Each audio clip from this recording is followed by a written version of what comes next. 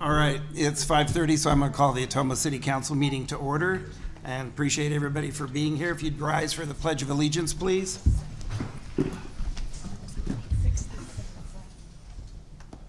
I pledge allegiance to the flag of the United States of America and to the republic for which it stands, one nation, under God, indivisible, with liberty and justice for all. Thank you. Chris will take the roll. Councilmember McIntyre. Here. Councilmember Cavanis. Here. Councilmember Basu. Here. Councilmember Galloway. Here. Councilmember Hoffman. Here. Mayor Johnson. Here. The next item is to approve tonight's consent agenda. Is there a motion to approve? Motion to approve. Second. Any further discussion? If not, Chris will take the roll. Councilmember McIntyre. Yes. Councilmember Cavanis. Yes. Councilmember Basu. Yes. Councilmember Galloway. Yes. Councilmember Hoffman. Yes. The next item is to approve tonight's city council agenda. Is there a recommendation to approve? Move the recommendation. Second. Any further discussion? If not, Chris will take the roll. Councilmember McIntyre. Yes. Councilmember Cavanis. Yes. Councilmember Basu. Yes. Councilmember Galloway. Yes. Councilmember Hoffman. Yes. The next item is our city administrator's report to council and citizens, so I'll turn it over to Phil Rath. Thank you, Honorable Mayor. The only thing I really wanted to mention, and you're going to hear from me enough later on in the meeting, I know last week we had the work session to talk about the sprinkler systems and the potential amendment for that. That was not put on tonight's agenda, but it should be for the next meeting, which I think is July 2nd. So we'd look to have that on there for consideration. So if there's any more questions, comments, anything between now and then, feel free to reach out to me. Otherwise, we'll have the amendment for consideration at that next meeting. And that's all I had for tonight then. Okay. The next item is where I ask if anybody would like to speak on any of tonight's agenda items. I don't see any white slips up here. Does anybody want to speak on any of tonight's agenda items? Okay. We'll move into a public hearing. We do have one public hearing tonight. This is the time, place, and date set for a public hearing on the proposal to lease certain real property at the Ottumwa Wapello County landfill, locally known as 13277 165th Avenue, to Vespine Energy Incorporated. I'll go ahead and open the public hearing, and I believe, Zach, you're going to carry the discussion on this. Yes, thank you, Mayor. Thank you, Council. Everyone on the council has heard a little bit about this project, either at the previous meeting or at the Solid Waste Commission meetings. Also spoke about this at the County Supervisors meeting last week. Vespine Energy is looking at a project that would be capturing landfill gas that is already produced by the function of our landfill. The city and the county are partners in the landfill. The gas would be used to generate electricity. It would originally power a data center, but whenever the EPA finalizes rules for the EREN program, then it would become more profitable for them to sell the energy to the grid as opposed to using the data center. Either way, whether it's for the data center or for what they sell to the grid, they will pay the landfill a royalty for generating that gas, or generating power from that gas. It's estimated the royalty will total about $1.6 million over 10 years. Which is really of good value to the landfill. That would stay in the enterprise funds for the landfill, but in the scope of things, that looks like that's, that could be 8 to 9, maybe 10% of the revenue that we're already generating. So it's not a huge change for the landfill. To give a perspective on how much they bring in, it's well over $1 million a year operation, but it is still significant. There's two items that are included here. It's a public hearing because one of those items is a lease for real estate. That lease is to give Vespine Energy the right to use a certain portion of our property to build the equipment that they need to run the data center, to run the turbines that generate power from the gas. The second is the gas agreement, the landfill gas license agreement, which includes the terms for the royalty, things like this. The arrangement with Vespine is for 10 years initially, with a right to renew for 10 years. After that, they have the first right to refuse the site for the second 10 years. After that, in 20 years, we can decide what we would do with the equipment, because we would own the infrastructure that's in place that'd be kind of passed on to us. So at least the infrastructure for capturing the gas. They'll pick up their, basically fits in a shipping container, their data center and all that we wouldn't own, but we would own the infrastructure for the gas. Does council have any questions for Zach regarding this topic? Have the supervisors been approached with this agreement? Yeah, so the attorney recommended that, based on her reading of the 2080 agreement, that the city council and the county board of supervisors approve this at your separate meetings as opposed to approving it together as the solid waste commission. Last week at the supervisors meeting, I was there, and they set this meeting for they set this as a public hearing for their meeting next Tuesday. Next Tuesday morning, they'll take a vote on the same resolution that you're voting on today. Thank you. Any other questions or comments for Zach? Anything else, Zach? No, I think that's it. Okay, I'd entertain a motion to close the public hearing. So moved. Second. Chris will take the roll. Councilmember McIntyre? Yes. Councilmember Cavaness? Yes. Councilmember Basu? Yes. Councilmember Galloway? Yes. Councilmember Hoffman? Yes. Resolution number 146, 2024, approving and authorizing execution of a landfill gas license agreement and land lease agreement by and between Vespine Energy Incorporated and the City of Ottumwa, Iowa, for certain real property at the Ottumwa Wapello County landfill, locally known as 13277 165th Avenue. Recommendation: pass and adopt resolution number 146, 2024. Move the recommendation. Second. Okay, Chris will take the roll. Councilmember McIntyre? Yes. Councilmember Cavaness? Yes. Councilmember Basu? Yes. Councilmember Galloway? Yes. Councilmember Hoffman? Yes. Ordinance number 3226, 2024, amending the municipal code of the City of Ottumwa, Iowa by amending sections 2-233 and 2-234 for the purpose of revising the city's purchasing policies and procedures. Recommendation: pass the second consideration of ordinance number 3226, 2024. Is there a Move the motion? recommendation. Second. Okay, Mr. O'Donnell, it's all yours. Thank you, Mr. Mayor. This is the second consideration of the ordinance amending the sections 2-233 and 2-234 relating to purchase policies. The ordinance removes specific language and provides for a purchase policy to be adopted by resolution.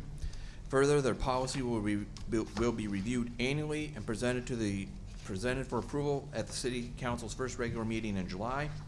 The proposed purchase policy has been distributed to council and staff for review and questions, and I think we may have it in final form. There were some minor changes to the purchase voucher amount thresholds to allow for a little bit greater purchase in town. The consideration is that sometimes they have to run and they have to get certain supplies, and some of those supplies could be $700-800 right off the bat, such as an electric panel or something like that. So we did increase the in-town threshold to $1,000.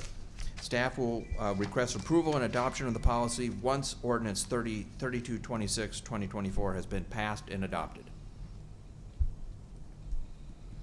Council have any questions for Cole?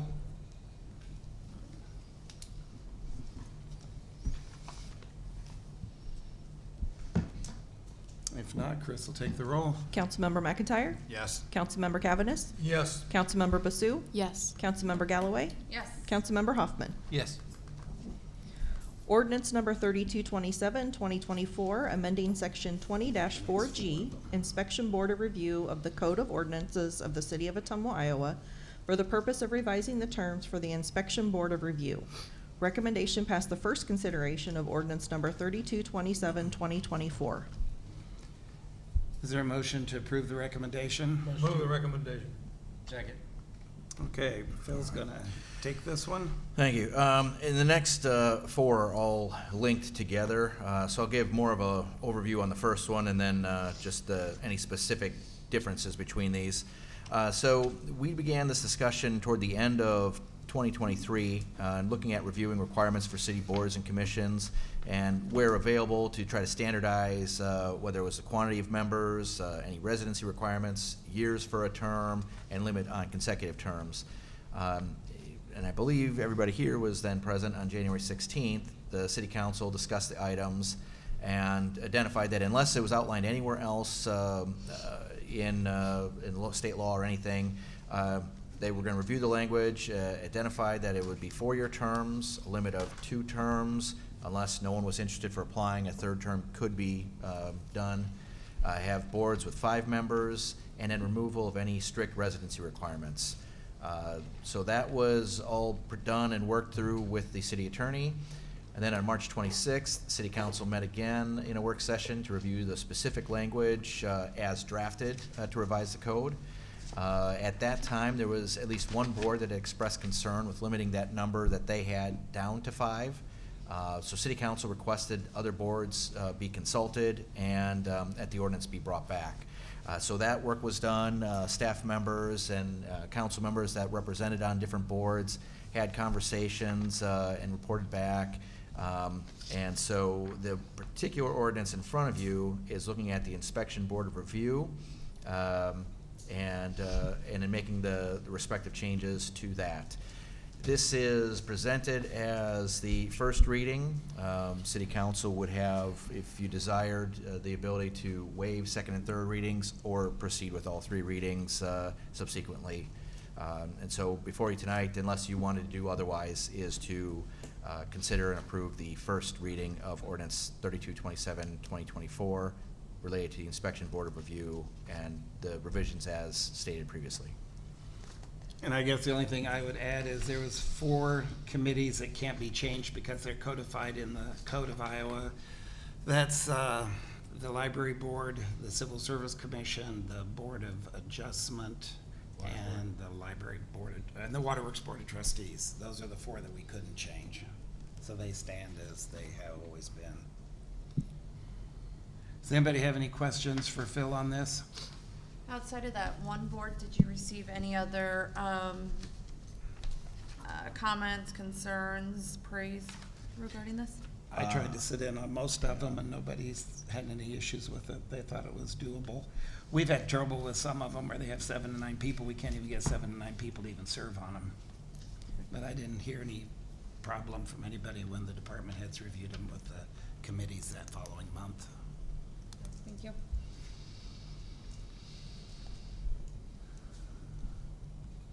Any other questions for Phil? So is there a need for, since we didn't have, outside of that one board, is there a need to have readings 2 and 3? Only, like, it's a procedural thing that we have. We have been talking about this, like I said, going back into last year and have had 2 distinct work sessions. So it would be the comfort level of the city council on how you'd want to proceed. I don't see a need for 3 readings. I would be fine with it too, I guess, yeah. Do we need to We motion? would need to amend the motion, correct? Well, you have to pass the first consideration first. Okay, and then add the motion, okay. So if there's no other questions for Phil, Chris will take the roll. Councilmember McIntyre? Yes. Councilmember Cavaness? Yes. Councilmember Basu? Yes. Councilmember Galloway? Yes. Councilmember Hoffman? Yes. I would motion to waive the 2nd and 3rd Second. readings. Sorry.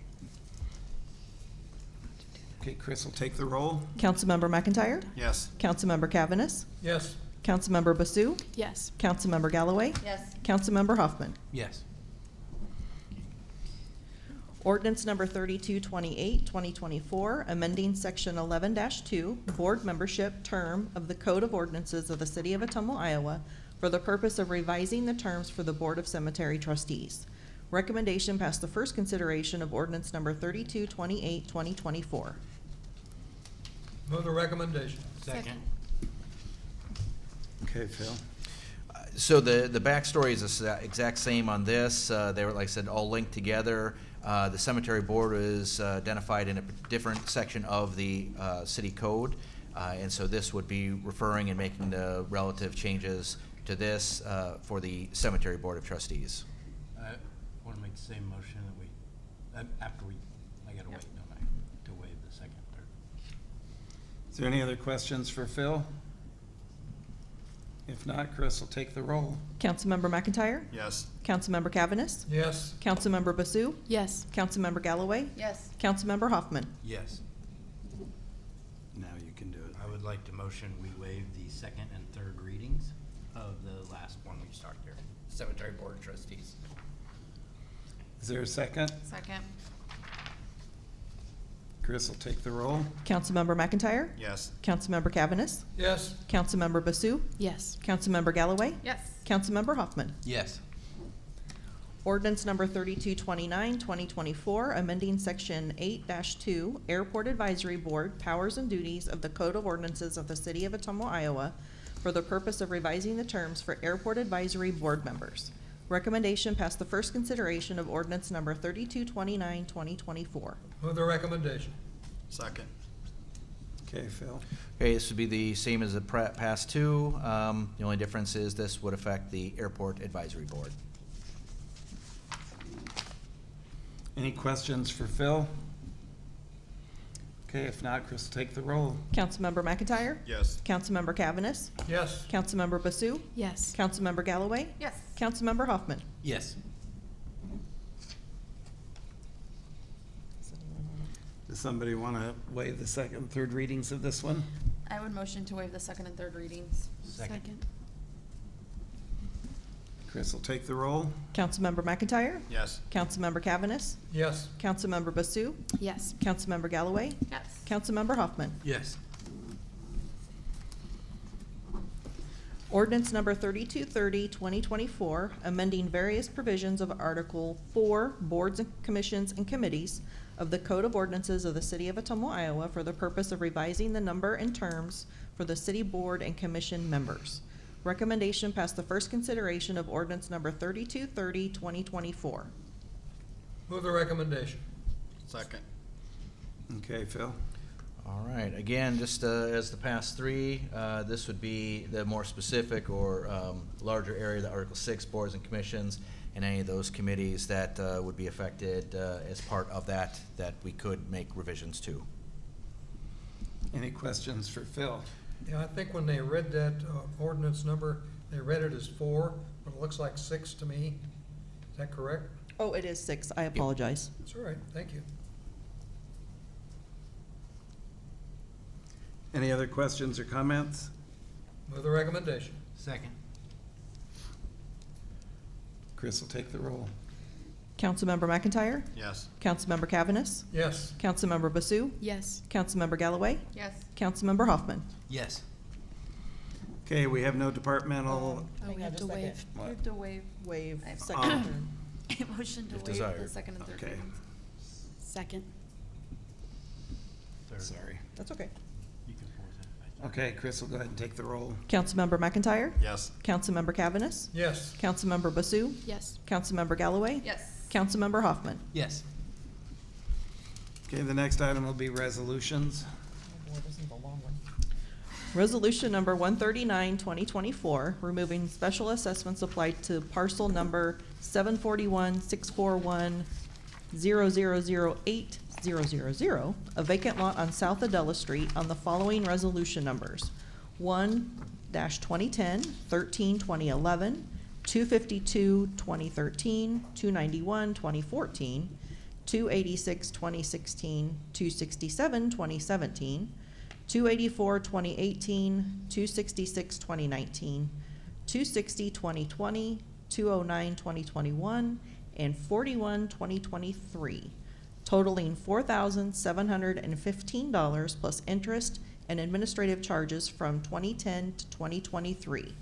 Recommendation, pass and adopt resolution number 139, 2024. Move the recommendation. Second. Okay, Zach. All right, thank you, Mayor. There's going to be two of these. One is on this agenda and one will be at the next meeting. There's two cases that the Treasurer's Office brought to our attention and has asked us to resolve by removing special assessments. They have two lots, and in this case, it's a vacant lot on South Adela where neighboring property owners are wanting to take the tax sale certificate for the property, but they only want to take it if we'll waive the special assessments for mowing. They're both in cases where the mowing assessments have been on there for a very, very long time. In this case, from 2010. The one that's at the next meeting will actually be all the way back to 1995. In this case, Stacy Laumeyer is seeking the tax sale certificate, and she was willing to have it assigned for the parcel, but only if these assessments are removed. The assessments total $4,715, and that's before interest and administrative charges. Laumeyer intends to use and maintain the property just as additional space for her yard. I don't think she intends to do anything else with it, but it would allow the city to no longer have to pay the mowing expense. And it looks, at this point, after 13 years, that we're pretty unlikely to get anybody to repay what we put into mowing it. So kind of at this point, it's sort of a cut our losses and have somebody else take it over situation. I think that the county would really appreciate if they can also have this one put back on the roll. And so the staff recommendation is to remove those assessments in this case. Does council have any questions for Did Zach? anybody approach either of these people with a offer to negotiate, get rid of all of those assessments? Or are No. we So just bending over and saying yes? right, yeah, no. So this was a case where the treasurer's office was the only person who's been in contact with the person that wants the assignment. Okay, and is that something the city will have to pay? Or The county city- will pay? So the city has already paid these mowing fees over the last 13 years. We're basically going to give Waive up on them. trying to collect Yeah. them, but they've already been paid. Okay, thank you. Well, honestly, I choose my words carefully. I believe this is a cheap way out. And if somebody's gonna maintain it and make the neighborhood look better, then Right. Any other questions for Zach? If not, Chris will take the roll. Councilmember McIntyre? Yes. Councilmember Cavaness? Yes, Councilmember Basu? Yes. Councilmember Galloway? Yes. Councilmember Hoffman? yes. Resolution number 140, 2024, approving a release of mortgage and promissory note for 1436 Maury and authorizing the mayor to sign. Recommendation, pass and adopt resolution number 140, 2024. move the recommendation. Second. Okay, Zach. All right. This one is also kind of just a little unique case. Under the 2010 First Time Homebuyer Program, which was a program where the city received some grant funds that we used to provide down payment assistance for first-time homebuyers. Denise Dennis secured a mortgage for $14,743 for her property at 1436 Maury that allowed her to purchase that home. The mortgage includes a 10-year residency obligation that would expire at the end of next month. She's looking to refinance her home now, and she's asked that the city release the mortgage and allow it to become a forgivable loan about a month early. Basically, her concern is that she is worried that she won't get as good of an interest rate next month if she doesn't go this month, but she's not interested in paying the few $100s that she would owe prorated to have the mortgage forgiven now. In the staff's opinion, because it's for refinancing, and she's still going to be completing her residency there, it just makes sense to go ahead and release it a month early, kind of more or less to make it easier on this one person. Do you know what the actual dollar amount is? She would owe, it'd be a couple $100s. Okay, that's good, thank you. Yeah. It'd be only for 11 months of the final year, or 1 month of the final year. She would have done 9 years and 11 months. So she's not asking to have the prorated balance waived, right? The 14,000. No, she's asking to just have it released now, Right. and she wouldn't pay the prorated balance. Any other questions for Zach? If not, Chris will take the roll. Councilmember McIntyre? Yes. Councilmember Cavaness? Yes, Councilmember Basu? Yes. Councilmember Galloway? Yes. Councilmember Hoffman? Yes. Resolution number 141, 2024, approving changes to the compensation handbook. Recommendation, pass and adopt resolution number 141, 2024. Is there a motion to approve the recommendation? Motion to approve. Second. Okay, Barb. Thank you, sir. There are 5 changes that we are proposing to make to the compensation handbook. Some of them are just some administrative changes. First one would be to update the job title from water superintendent to wastewater superintendent. That just matches the job description and everything else that we had done. I'll touch on 2 and 3 here in just a moment. At the bottom of the document, I think I mentioned this the last time I brought this up. I did not update it to say updated June of 2024, so that's what this is. And then also we realized that we had missed adding the parking attendant to the classification structure. It was listed in the grades, but it wasn't actually listed on where like the job families and everything like that were. So those are the 3 administrative things. The other 2 changes would be to move 2 positions within the city to different pay grades. So a little backstory on this: when we were working on budgeting for FY25, going through and looking at every single employee, where their salary was going to be, we budgeted to put all of our employees on the compensation handbook. That was going to cost the city the most money. We wanted to make sure that when we budgeted appropriately, and that we wouldn't have a shortfall if that would have been approved. So as I was going through that budgeting, I noticed that with any of our clerk positions, the recommended, like if I follow the recommendation for all of our other employees, it would have put them at very, very minimal of an increase. So that was a red flag for me that, hey, I might need to take a look at these jobs. So I did a job analysis, and that you have a copy of that job analysis that I completed in your packet. That was done at the beginning of January. What I found based on that job analysis is that we did have the clerk at a grade 2, and based on the information that I had here, I recommended that that should go to a grade 3. With that, that then affects the administrative specialist, which is like that next level on the job families. That's a level 2. So I took a look at the administrative specialist as well and realized that yes, on that one as well, we need to move that one up. So that was the recommendation that I had put together. In January, we had started talking with the unions about contract negotiation. And so Phil and I had talked about this job analysis that I had presented to him to bring to you all back at that point. Everything started happening with the contract negotiations, and we were then informed that they would not be accepting this moving to the compensation handbook. So we put it on hold. We were not doing anything with it because at that point it was a moot point if they were not going to accept it. We wanted to get through those contract negotiations first. So we went through the whole process, and once the vote came through and then that memorandum of understanding came through that there was a possibility that the municipal employees wanted to accept the compensation handbook, they had asked for the numbers of where those salaries would fall. I provided that information to them. My mistake was that I had not presented this to you all first or had prefaced to them that this information was based upon an approval by council. That was absolutely my mistake. That was my error. There was no ill will that was there. It was simply due to just the timing of everything. So I had presented to the municipal union where they would fall with that new pay structure.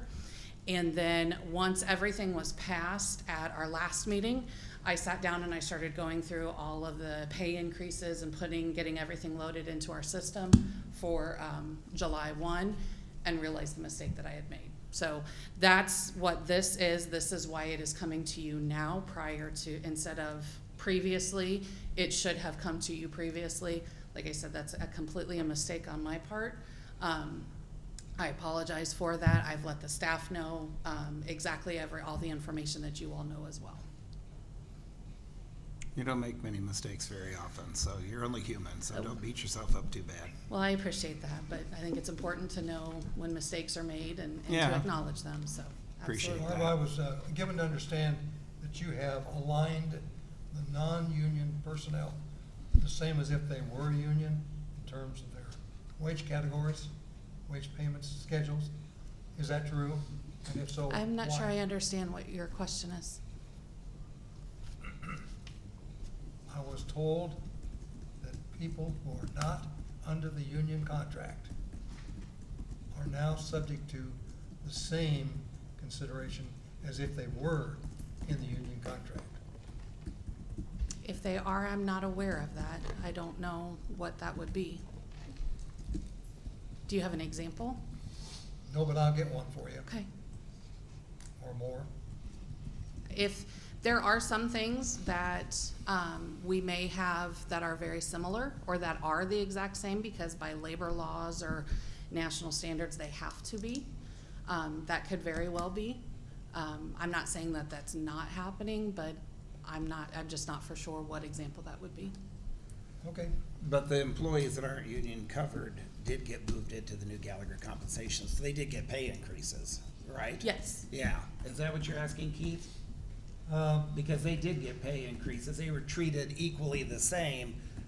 They were put on the new Gallagher pay compensation, so all those non-contract people got pay increases according Well, to and- that new schedule. We voted last time for one of the contracts to come onto the study, Correct. Right. or pay scale. the question that I really had, I think, is that you, beforehand, you allowed the employees to use their break times and then mold them into a lunchtime, if they chose to do that.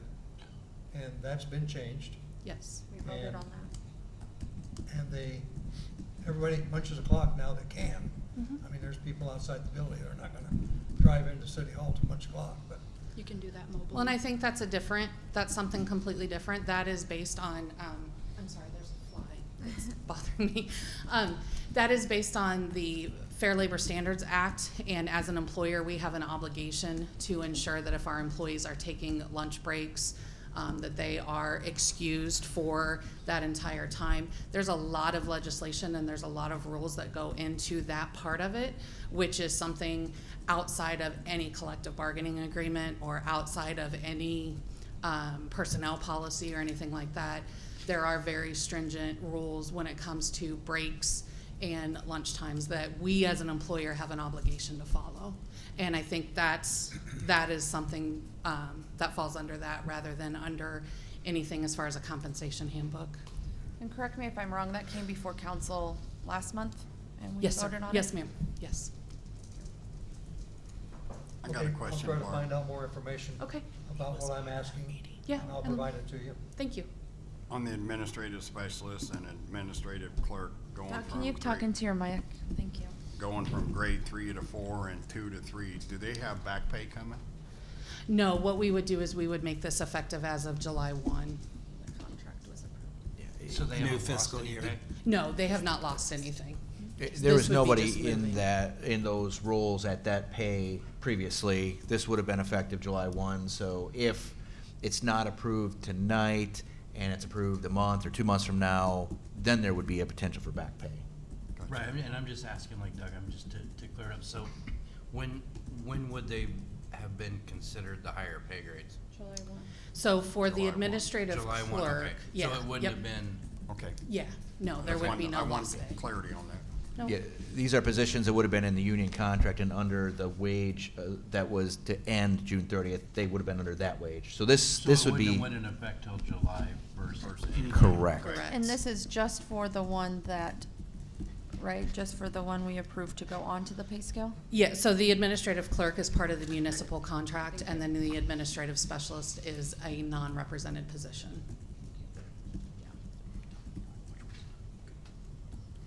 Any other questions for Barb? If not, Chris will take the roll. Councilmember McIntyre? Yes. Councilmember Cavaness? Yes, Councilmember Basu? Yes. Councilmember Galloway? Yes. Councilmember Hoffman? Yes. Thank you. Thanks. Resolution number 142, 2024, approving distribution of preliminary official statement for $6,860,000. General obligation capital loan notes, Series 2024. Recommendation pass and adopt resolution number 142, 2024. move the recommendation. Second. Okay, Mr. O'Donnell. Thank you, Mr. Mayor. As part of the issuance of debt, our financial advisor prepares a preliminary official statement, or POS. The POS contains information about the bonds and the city's financial condition. Prior to the sale of the bonds, the POS is distributed to potential buyers who use the information in determining their bids. Before said distribution, the POS must be reviewed and approved by the City of Council. Is there any questions for Cole? So has this been presented or not? Not to No, council, it's presented to who, Councilmember? Because it we're presenting it to you tonight to approve, That I and then understand. once it's approved, then we will send it out to bidders. Okay, all right, thank you. Any other questions for Cole? Okay, Chris will take the roll. Councilmember McIntyre? Yes. Councilmember Cavaness? Yes, Councilmember Basu? Yes. Councilmember Galloway? Yes. Councilmember Hoffman? Yes. Resolution number 143, 2024, approving an agreement with Greater Ottumwa Partners in Progress for provision of economic development services. Recommendation pass and adopt resolution number 143, 2024. move the recommendation. Second. Okay, Phil? All right, and I see Mark Rose here as well, if there's any questions specific to GoPIP. But previously, the city has contracted with the Ottumwa Economic Development Corporation, or OEDC, for support with economic development services on behalf of the city. In 2022, the city and GoPIP revised the contract to define a basic level of service as well as special projects. With the pending expiration of the current obligations and the continued desire to have GoPIP provide that support related to economic development, city staff is requesting approval of a successor agreement attached for reference. A total contract award for fiscal years 23 and 24 was $60,000. That is the same amount budgeted for fiscal year 25 and the amount that's requested in the revised agreement. And it's an agreement for 1 year. I don't know if there's any specific questions about that. I know Mark has provided quarterly updates throughout the year that have been received well, and I think OPIP is continuing to do some good work with economic development in the community. The number of events that they have sponsored and working with different partners to try to improve and get business located here. And the agreement really spells out the services that GoPIP's gonna provide, and on your last page under the appendix, it has 8 deliverables that they're going to be held accountable for this coming year, and they're very specific, so, I think it's well laid out and really highlights what the city wants GoPIP to try and continue to do on behalf of the city. Does anybody have any questions? Phil or Mark? Mark, do you have anything you want to say?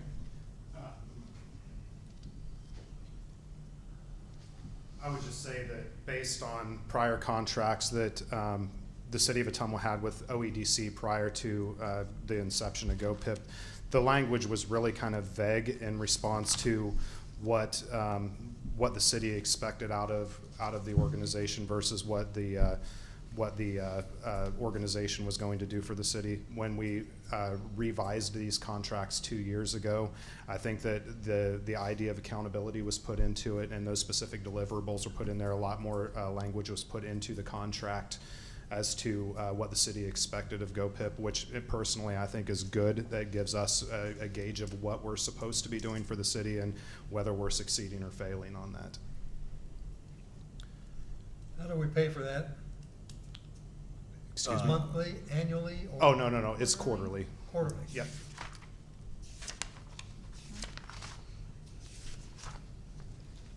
Any other questions from council for Phil or Mark? Okay, if not, Chris will take the roll. Councilmember McIntyre? Yes. Councilmember Cavaness? Yes, Councilmember Basu? Yes. Councilmember Galloway? Yes. Councilmember Hoffman? Yes. Resolution number 144, 2024, authorizing the Fourth Amendment to amended and substituted lease by and between the City of Ottumwa and National Railroad Passenger Corporation, also known as Amtrak. Recommendation pass and adopt resolution number 144, 2024. move the recommendation. Second. Okay, Phil? All right, so on July 5th of 2022, the City Council adopted Resolution 183-2022, which regarded the purchase of the depot from Iowa Heartland History Connection, and then subsequently Resolution 190-2022, which absorbed the lease with Amtrak. Last October, the city moved City Hall into the building on a temporary basis, and since that time, Amtrak has requested the use of additional space for its conductors, and they'd like to donate the space shared by both entities, or they'd like to denote the space shared by both entities. The attached resolution to the purchase agreement identifies those revisions. So us moving in didn't necessarily affect them wanting additional space, but there is a space that isn't being used by anyone that they could use for this. Initially, it was used as an easement for engineering that's on the first floor behind the ticket area and all of that. They were using that as a way to access the restrooms. That is no longer necessary, so it frees this space up that we could allow Amtrak to utilize. The bigger concern or issue was that the waiting area and the restrooms, which would have been only for Amtrak use at those times, are now considered shared space. They're open to the public. The building obviously is open hours outside of when Amtrak would operate, and so they have no control over who's accessing the bathrooms and when, who's accessing the waiting area, you know, those things. So they just wanted to denote that that is now shared or common space, which is reflected in the agreement and the appendixes to that. I guess I had a question on this amended or substituted lease. I didn't see where there's any dollar amount on what they're supposed to pay. Yeah, so this is just reflecting the changes to that. It reflects back to the original agreement statements 2 or 3 that would have followed that. I believe it's $2,300 a month, somewhere in that ballpark is what they're paying right now. All right. That part wasn't changing, so even though we're now sharing that space, the amount that they're asking for in addition isn't the same as what they're giving up as shared space. So the dollar amount itself isn't changing. It's just reflecting the change in the area and the space usage. Okay. Any other questions for Phil? Does that change the fact that the downstairs restrooms are marked not public? They are public. That signage should be removed if it's still stating that. I would recommend we do that, Yeah. so it's not confusing to the public. Yep. Nope. Not a problem. Any other questions for Phil regarding the Amtrak amended lease? Okay, if not, Chris will take the roll. Councilmember McIntyre? Yes. Councilmember Cavanis? Yes, Councilmember Basu? Yes. Councilmember Galloway? Yes. Councilmember Hoffman? Yes. Yes, I'm sorry. Resolution number 145, 2024, approving fireworks display agreement with J&M Displays Incorporated for a fireworks show during Ragbri on July 25th, 2024. Recommendation, pass and adopt resolution number 145, 2024. move the recommendation. Second. Okay, Phil? So last time the city was an overnight stop for Ragbri. The city provided fireworks display for the event. City has a relationship with J&M Displays, who provides fireworks for our 4th of July, and has been asked to contribute to fireworks for Ragbri again this year. We are expecting influx of 15,000 or more visitors to the city during the event. The increased traffic for the event is expected to have a positive economic impact on vendors and service providers in the community. In addition to the 1 to 2 day impact, the event presents an opportunity to highlight the community and encourage return visits from those coming for the Ragbri. Not necessarily the riders, but those that would come for the entertainment and other aspects around that event. Do we have any consideration for fire hazard during the 25th of July due to the fireworks? Yeah, I Set mean, off? even during the 4th of July, if it's a dry season, those things can always happen, and shows could be canceled if there is a concern with fire due to weather or things like that. I mean, those are things we always have to consider. At the moment, I'm not aware of any concerns with that. Mark, representing Ragbri as well. Hi again. So we had a few conversations revolving around this. Pat Short, the interim fire chief, and myself, and Scott Hallgren primarily, and Phil. And we look back at 2016, and in 2016, the fireworks were shot off relatively close to the Bridgeview Center, and a few of those sparks, because of the wind direction, came and landed on the building, and it did cause a little bit of damage to the roof of the facility at that point. So when we looked at this year, we actually moved it back further to the city-owned ball field back here, which is actually good because that's caged off, so the general public can't get back in there. And we also have a secondary location this year in the event that the wind is blowing towards Bridgeview Center, which will be on the other side of the levee at the boat dock. It'll give us a little bit more distance, and the wind, if it's blowing in the southwest direction, will actually throw it towards the river and not towards Bridgeview Center.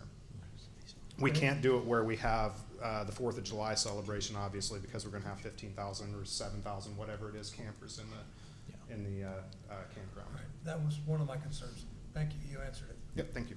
Oh, and then RAGBRAI, is that, the RAGBRAI committee funds will be paying for this? No, the request was to have the city funds pay for this. So even the funds that we provided? The 15, or those are RAGBRAI funds, right? Yes, Yeah, that we gave RAGBRAI back. is paying for a number of other things out of the funds that they received from RAGBRAI and donations and other things. So the cost of this fireworks will be a city responsibility, and for how much? $10,000, and that was the request made by the RAGBRAI committee, was to have the city contribute this as they did the last time. The only thing that I saw, they don't have one of the payment options marked, which one they wanted by what date. None of those were marked. Oh, no, as soon as we get this submitted to them, then we would have that. But I think they were holding a discount for us with that, so. Okay. Will we get to put a big old thing that says fireworks presented by the city of Ottumwa with our logo? I defer to RAGBRAI on that. Yeah, so the city would be listed as one of the sponsors. We're not going to have a firework that blows up and says courtesy of City of Ottumwa, but the city will be listed as one of the major sponsors of the event. Perfect. Giant. And how will that be listed? The big Where? So it'll be listed on the RAGBRAI website, and we also have a digital booklet that's going out to all of the riders as they're coming in. And I'm assuming we'll probably have a few. We're trying to reduce the number of printed copies simply because it's a different age than it was in 2016. So we're trying to move as far digital as possible. I'm assuming there's going to be a few printed booklets. It'll be in that as well. Great. And then obviously any other advertisement that we're doing where we're thanking the sponsors or anything like that, the city of Ottumwa would be listed in that. Perfect. Okay, thank you.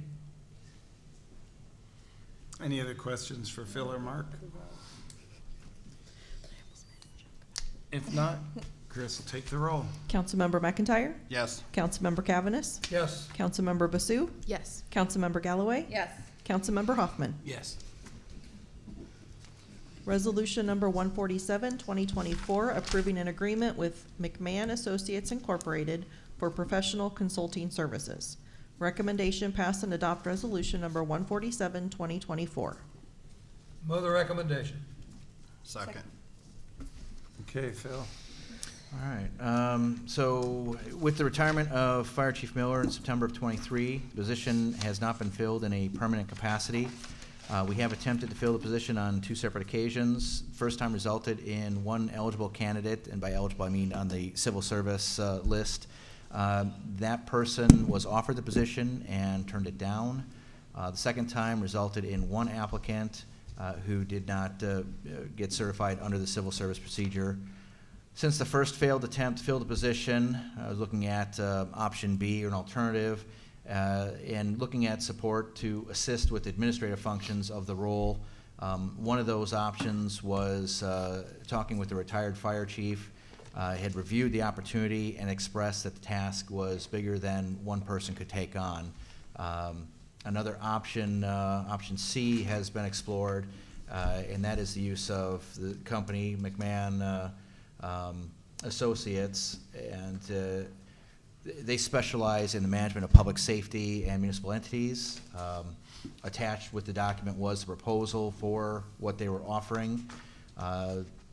For those that didn't have access to look at ahead of time, the company would assign a team of professionals with experience in fire and emergency services.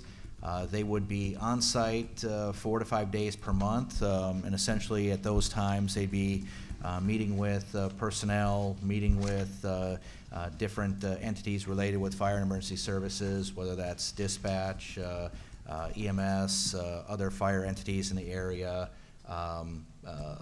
Mostly they work with any of the fire administrative staff, and then they will provide any consultation and support outside of those days when they're not on site, being available by phone or email or text to answer any questions or other support that comes up. So like I said, they work with fire officers, city administration, and outside agencies as needed. They would review any current practices and make recommendations related to any required trainings, compliance with legal guidelines and standards. They would review what the equipment, vehicles we have, maintenance records, use of any of that. If there's anything that's lacking, they would make those recommendations, et cetera. They'd provide standard operating guidelines and policies, review general operations, and EMS coordination. They work with current staff. They, however, do not take command at any scene or incident. They're not here to run the show. They're here to work with our staff and then provide any insight, any recommendations, any best practices, anything that the department or the city council would find beneficial to work with the department and move it forward. They provide support and guidance on the administrative side, and they will work to help prepare staff to be ready and able to take on the position the next time the job is posted for hire, and or assure any outside entities who are interested in the position that the city is providing support for the fire department and the future for anyone that would move into that position. What do they charge for their services? The cost is $10,000 to $13,000 per month, and that includes the work that they do plus any travel or expenses that they would have along with that, and that's why there's that variance from the low to the high end of that.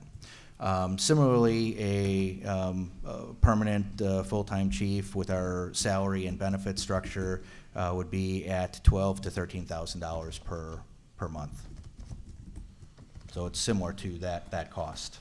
Did, this is being temporarily planned for like about 5 to 8 month time period, right? That is their estimation, yeah. So they would come in and provide a scope of services, a plan of what is necessary once they're on site, and then complete that plan. So it could be on the short end 5 to up to 8 months. Is this the only company that does this, or I'm curious why we didn't request RFPs if this was the direction we were gonna go? This is a company that I know that does specialize with this, and reaching out to peers that have had similar circumstances. This is one that does provide that was recommended. If this is the direction you want to go, I could definitely put an RFP together and request that. But I think this is a limited in scope. There's only going to be maybe a handful of people, and as far as anybody coming, the other ones that I'm familiar with would be a much further distance. So nothing in Iowa. They have worked with communities in Iowa as well. No, I was saying they're another company to keep it as local as we could. And we've discussed this before, so everybody that's hearing me now is, I'm not saying anything new. I just want to bring it up. I know the cost is $10,000 to $13,000 a month, and I know it works out even if you say we have a chief with benefits, or when we add benefits and everything else. And my question, what I question is we've been without a named chief for so long. The effectiveness of somebody coming 4 times a week is not going to be as effective as a chief there that's 5 days a week. We all know that there would be some learning for a new chief, and you know what? We're all adults here, so I'm just gonna speak. I'm gonna bring it up. I know that there'd been some problems at the fire department, but how long are we gonna hold them accountable? How long are we gonna keep playing that song? We know there was problems. Now I meet with interim chief Short weekly. I talk to all the firemen. I've heard comments about, we need to fix them around there, and we need to do this. Those guys are the highest, guys and gals are the highest I've ever seen them. They are. Pat and David are providing great leadership, because Pat doesn't, I want to draw attention to what he's done. When there's been some question about, we need to call in a company, I feel bad today even. I'll give you an example today. I was up at the fire station. They put together a rope team. They are the rope team for Southeast Iowa or more. They're using 20-year-old ropes.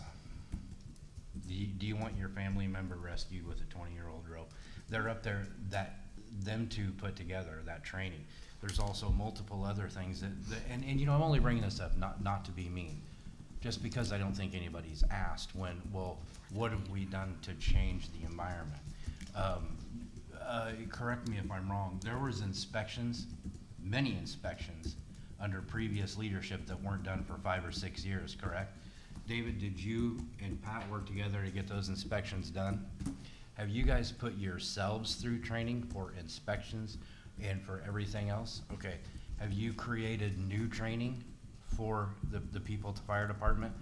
And I've talked to other departments that they're communicating very well with. They've added additional training, high angle rescue, confined space, boat rescue.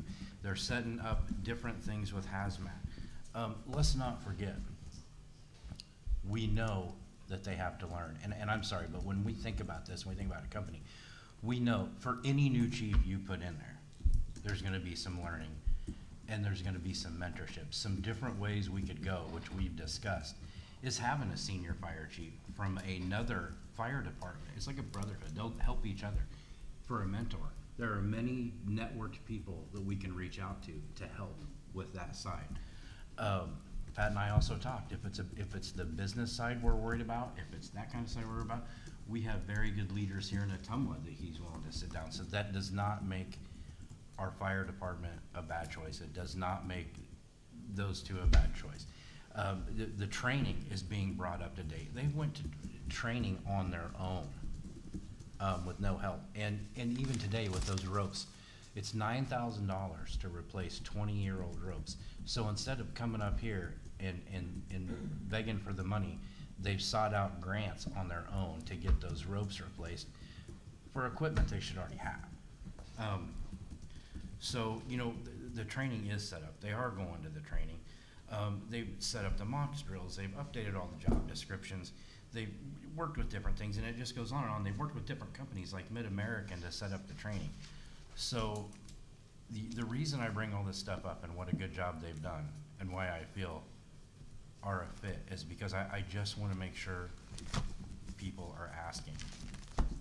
Pat's writing the grants, taking care of his people, and when you talk to him, what impresses me most is all this stuff that's getting done that nobody knows about.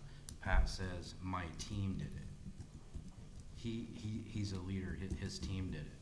So, you know, when we're thinking about all this and we're thinking about these companies and we're thinking it's $4,000 or it's $10,000 a month, I understand, and I understand it would be even, but what is the effectiveness? We've left them without a leader for almost a year now. Now, we are so lucky that those two stepped in and have led very well. So I want to thank them for that, and I just want to point out all this stuff they do. I have a list, if any of you would like to view it, as I'm sure Pat would and David would be glad to discuss with you. We have a good group of men and women down there, and nobody wants to change that reputation and fix that black eye more than they do, and they've pulled together to do it. They are no longer under the old leadership where each crew was over here and they were going everywhere and they were in fear. They've built a team and they're working on they're fixing a mess. So just please remember that as we go through this. Thank you. So I have some comments.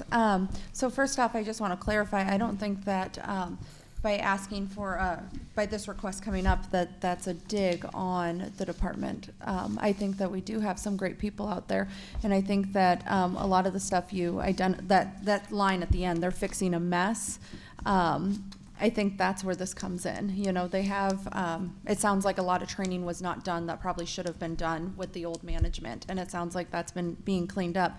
But I think that it's a step more. It's bigger than training, and I think it's, we're saying training and training them, but I think the better words to use are develop and guide. And I think that there's a lot that we can learn up here from these people. I think that the department can learn. I think that this is more than just using the word training. I think it's about developing and guiding too. Well, yeah, and I didn't use the words just training, and I understand what you're saying. There's other things with the community, like when I said they've worked with Mid-American, and he's brought in, they've worked with different companies. So understandably, training is 90% of what they do.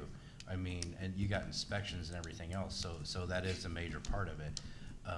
So my point is anybody we put in there, there's going to be some learning. We're consistently leaving without leadership now. Interim chief and interim deputy chief, they're doing a great job. But I think a lot of the firemen also feel like, you know, we're kind of leaving them out when I mean, I understand where you're coming from. And I understand maybe I did use the word training too much, but what they have set up as a whole with the leadership needs to be acknowledged. Anybody we put in there is, you know, like I said, nobody wants to change that reputation more than them.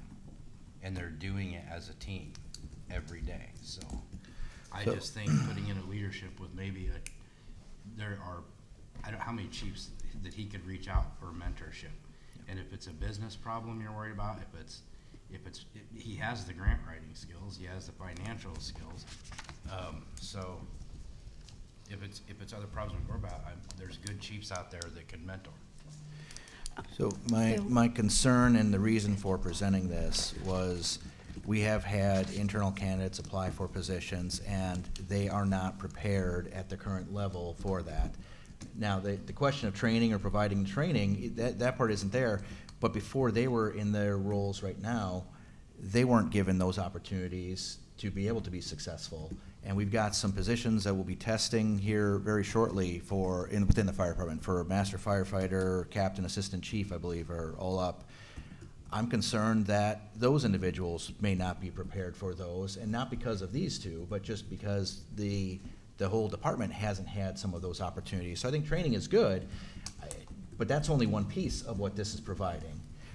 This is also, I don't know how many times I've heard over the few years I've been here about the trucks or what types of trucks we're using, what calls and the responses. It came up earlier this year when we were talking about purchasing a vehicle and a question about, is that the right vehicle?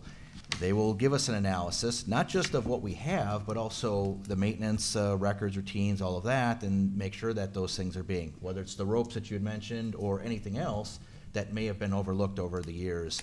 That's all part of this. So this is a lot more of that administrative side and being able to provide objective analysis of those things so that when you're up here asking these questions to be making a decision on spending millions of dollars on either a piece of equipment or a program, whatever it might be, you have that at your disposal to be able to do and make the best decision possible. So it's beyond just the day-to-day operations.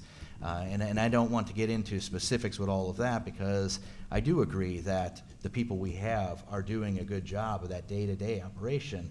This is looking beyond the day-to-day and, you know, the next year, the next 5 years, the next 20 years. That's some of what this would be providing that I don't know that we have the ability to provide just from a consultation with a chief in another area that's not on site ever. Right, but, and I understand, I really do, but essentially your plan are chiefs from another area. That's what they are. It would be just the same thing as us picking it. And as far as vehicles that respond to a fire, I don't think we need to pay somebody $12,000 to come in and decide which they know what vehicles to take to a fire. And I don't mean that offensive, I mean that with all due respect. And I understand that's a complaint. You see it on social media all the time. Oh, my porch was on fire and they rolled 4 trucks. I get it. But there's a reason they roll those trucks. As far as maintenance records, they keep good maintenance records. I've seen, we have one truck that is only used that we can only use a pumper we can only use for personnel. You talk about maintenance records and how long they can make things last and work with what they got. They're very talented individuals that are dealing with what they have. That is leadership. I mean, if, you know, we want to question how to keep records and what vehicles to take to a fire. I mean, I don't think, you know, I think that them two are very capable of that. So I don't want that to come into question, but. I think we keep coming back to the nitty-gritty of the day-to-day within the fire department. And I understand that those operations day-to-day are very important and much more in-depth than probably we all realize because it's out of our scope of understanding, per se. But that's not what this contract is about. This is about a broader scheme than just the day-to-day things. I mean, think of EMS. We know that that's a situation that we're going to have to address at some point. This company will help us to better prepare for that, not just as a fire department, but as a city. And that's something that will be essential for our community in the long run. We've also talked a lot about the view of the fire department from our community. Bringing in consulting services like this to say to the community, we recognize that there's a problem and we're here to fix it, goes a long way. It's more than just, nobody is sitting up here saying that we should be attacking the department or the firefighters themselves. That's not what this is about. This is about saying we recognize that something has happened in the past and we want to implement something to help the department as a whole develop and grow in the future. It's much larger scheme than the equipment or the things that they're doing day to day, because we recognize that they do wonderful things for our community and we're appreciative of their services. But I think it's important to look at this grand scheme and the picture and what this consulting service will do for our community in the future. And I would also add too, I've sat up here for 3 years, and even before I sat up here, I know when Mark Rowe was a council person, it was said multiple times during his tenure that succession planning, and we as a city have failed at succession planning, and I think that we're trying to, I mean, over the last couple years, that's 3 years, we've been saying that too. And as you identified too with the last chief, that did not happen appropriately, or the department for whatever reason. So I think that this again helps to develop and guide and look at big picture. So whether that's, as you said, EMS, policy, just big picture. It is big. You're right, it is a big picture. And I personally think, this is just me personally, I think the leadership we have and the firefighters we have on duty are fully capable of doing that. I mean, like I said, I wish everybody would sit down and talk to them, because they are addressing everything we talked about. Of course, there's learning to do, because they stepped into a position and basically had to train themselves. So. Please. You bet. Sure. Go ahead. Obviously, we'll comply with what council decides for us to do tonight. Whether you think this is or not, it comes across a little offensive.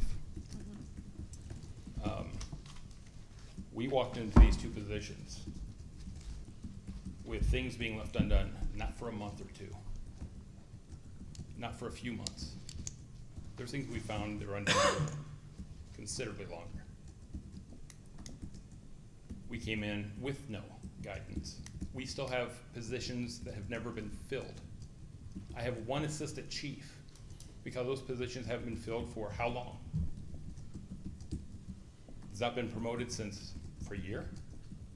So you've got a department with 2 rungs of brand new personnel.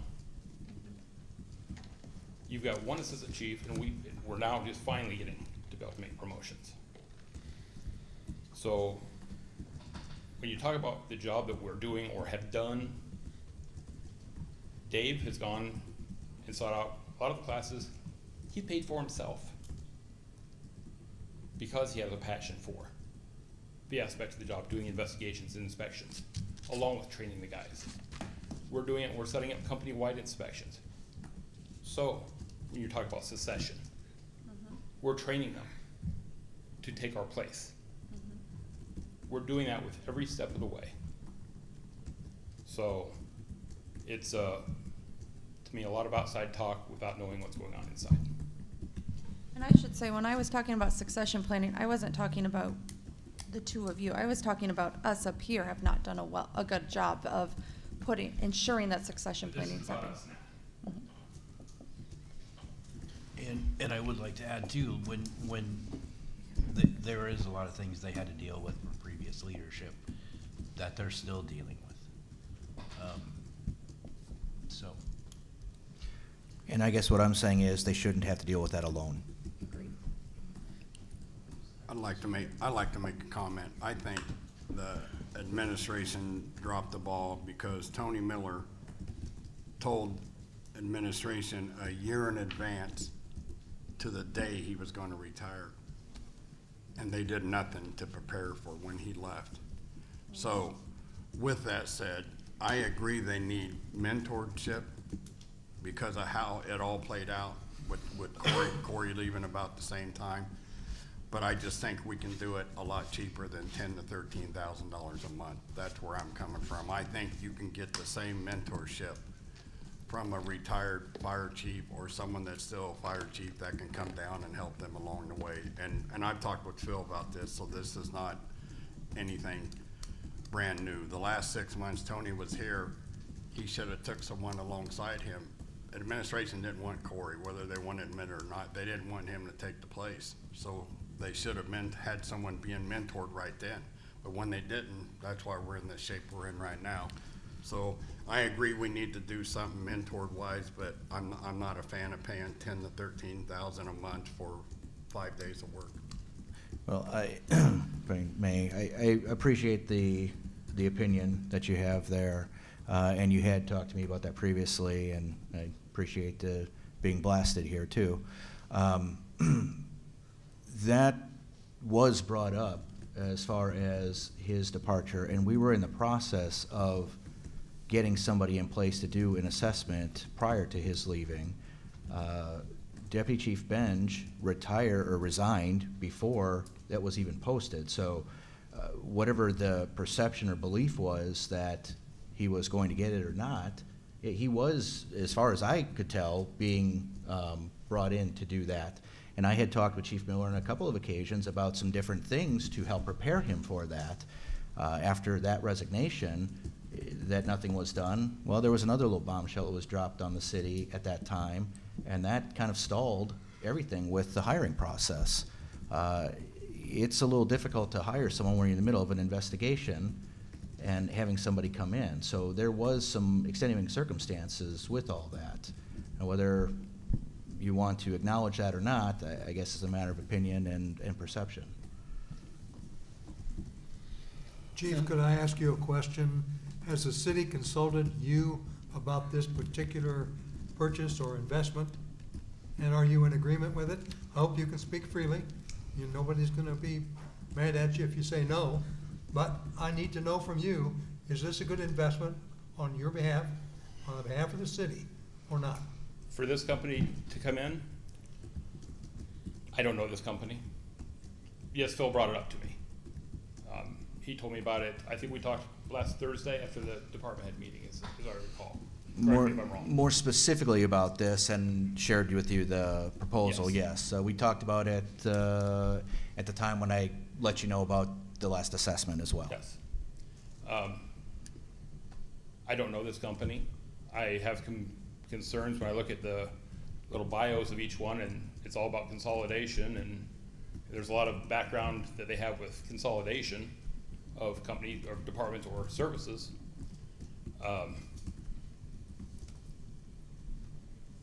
The amount of money, when you know the budget's already tight, yeah, I have some real concerns. Am I in favor? I want to do whatever is going to make our department as good as it can possibly be. There's no way that myself, and don't want to just stand up here and speak for Dave, but I know his position and how he feels and the work that he's been trying to do.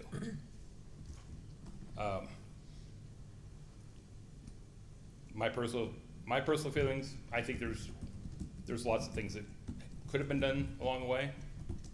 I think there's still things we can do to make it better. This is not something that I feel real highly about, no. Well, I think instead of approving this tonight, we ought to wait and have more discussion on it with you gentlemen and with the council to talk about how much is it worth for 5 days a week, $12,000 or $13,000, and how long can we afford to pay that? And then, are we giving the fire department what they want, or are we just giving them lip service? that a motion to table? Yeah, we gotta go ahead and vote on the motion at least. I move to table. Second. Do we have to vote on the motion first? So you moved, who seconded? I second.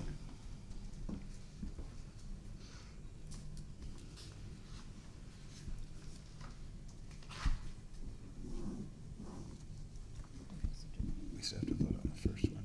But don't we vote on the table? Motion to table would take precedence. Yeah.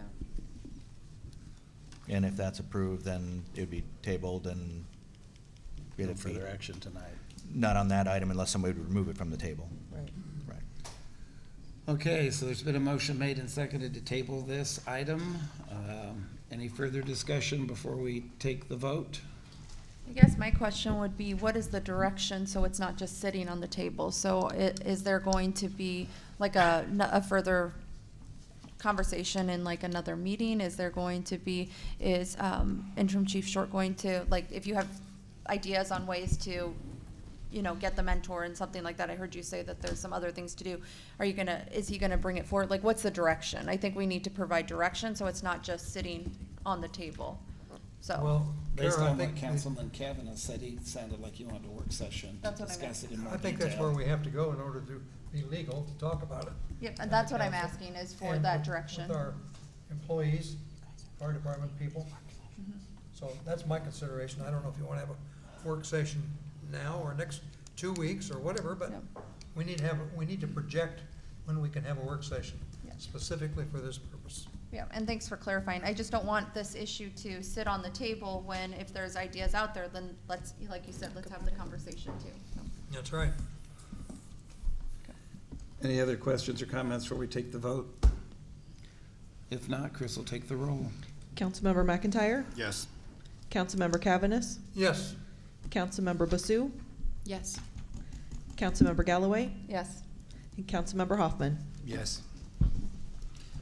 So the item is tabled.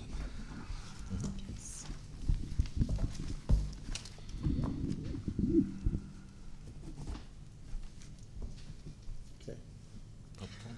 Okay, the next item is, anybody want to talk about anything that's not on our agenda tonight? Any non-agenda items? Okay.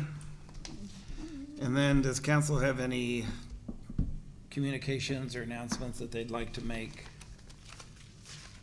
I want to encourage everybody to attend the Juneteenth celebration tomorrow from 12 to 9 over in Central Edition Park, which is in the northwest quadrant of Ottumwa Park.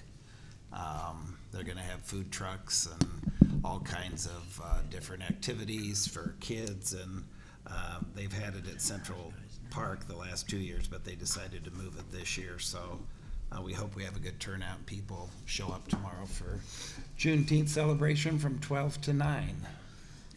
is this for city employees as well as the public? It's for anybody that wants to attend. Well, if you're gonna call June 19th the holiday, you have to substitute that for another holiday. You can't add a holiday.